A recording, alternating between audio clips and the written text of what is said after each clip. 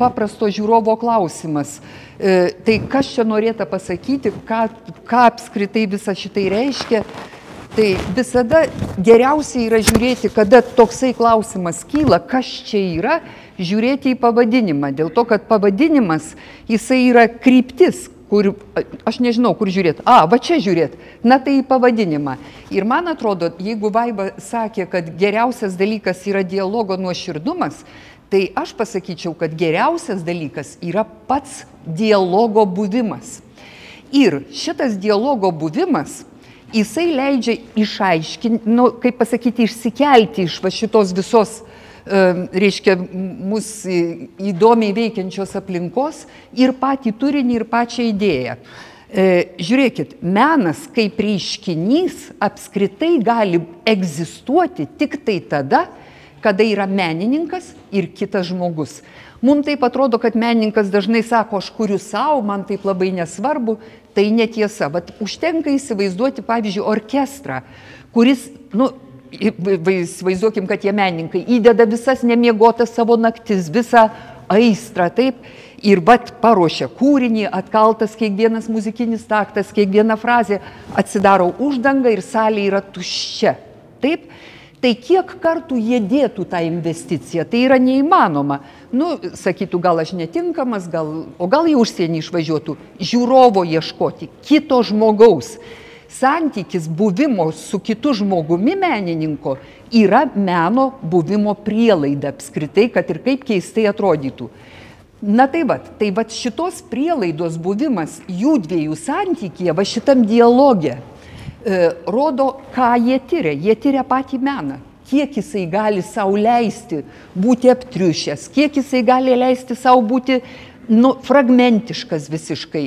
Ir tada galima iškelti klausimą, tas dialogas kokiom kryptim vyksta. Dėl to, kad tai yra dialogas spalvomis ir formomis. Bet kas su kuo kalba? Kad Ričardas su Piotru, tai taip. Bet čia akivaizdžiai, kad kalbinama ir pati erdvė. Dėl to, kad tai, ką mes matome Ričardo kūryboje, tai net ir fragmentiškai matosi, reiškia, ten lėkštės, šakutės, gėlės, kažkada tai skimbčiojančios stiklinės, šlaunelės, garsai visi, kurie yra sugerti į šitas dėžes. Ir mes geriausiai susikalbam tada, kada mus supranta iš pusės žodžio. Ričardas yra toks fragmentiškas, nepasibaigiantis ir lyg ir neprasidedantis, emocionaliai pasakantis pusę žodžio ir visai nesvarbu, ar jie tuos kūrinius tarpusavyje derino ar ne, taip atrodo, kad Ričardo linija takšt ir pereina į Piotro darbus, kad jisai ją pratęsia. Ir nepaisant to, kad ten yra žolės, miškas, taip, tai vis tiek tai yra, taip atrodo, kad tai yra žmogaus buvimo pėdsakas šitam restorane. Iš tikrųjų, Piotras, jisai dirba su tais, atminties, kaip ir sakyti, fenomenais. Tai menininkam tarpusavyje kalbėtis, tai reiškia iš tikrųjų kalbėtis meno priemonėmis, tai reiškia iš tikrųjų kvestionuoti tam tikras meno ribas, galimybės. Ir tai iš tikrųjų Ričardui, bent jau man, kiek aš jį pažįstu, iš tikrųjų yra būdinga. Tai mano valia, jeigu tai būtų, aš galėčiau, pavyzdžiui, dar skliausteliuose pavadinti menininkai žaidžia. Dėl to, kad tai irgi yra žaidimas, bet žaidimas, žiūrėkit, žaidimas yra toks dalykas. Jeigu įsivaizduotume krepšinį, taip irgi žaidžia, dvi komandos. Jiem tik tai yra įdomu. Bet kas darosi su publika, taip, jie nežaidžia. Tai čia pasitvirtina Vilučio žodžiai. Menas yra reikalingas tik kuriantiem žmonėm, niekam kitam. Bet be jų, be to meno, nors ir nereikia, negali gyventi visi kiti. Tie kiti esame mes, akivaizdu, kad kalbiname esame ir mes. Manau, kad kalbinami ne tik tai metaforiškai man aiškinant ir kalbant, bet ir tikrąją to žodžio prasme, dėl to, kad pasiskaičiau keletą Jargušo ištarų, išsiverčiau su diplu, nebuvo Ričardo šalia, kad galėtų man iš lenkų kalbos išversti.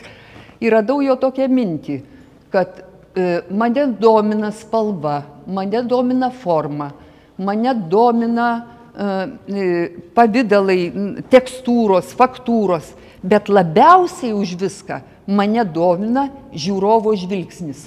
Aš šitos paslapties aš neįminiau, neįmenu ir vargu ar įminsiu. Tai vat, nepaisant to, kad čia visai netinka, bet lipdama laiptais tiesiog prisiminiau eilėraštį, kuris apie tai faktiškai ir kalba. Tai vat, apgaubkim šią žolės paslaptimi, nes mes nežinom, kas jom davė pradžią. Mes buvom ir tebesam svetimi, gyvendami šią dabartį negražią, palikdami ant stalo stiklinės, arbatą, kavą, vandenį ir vyną, gėlės ant stalo, gaila dirbtinės, kurių jokia drėgmė neatgaivina. Bet juk ir mūsų nebeatgaivins ta paslaptis, kurios ką tik ieškojom. O žolės vėl ištins ten ateity, tokiem kaip mes, prie kojų. Viskas.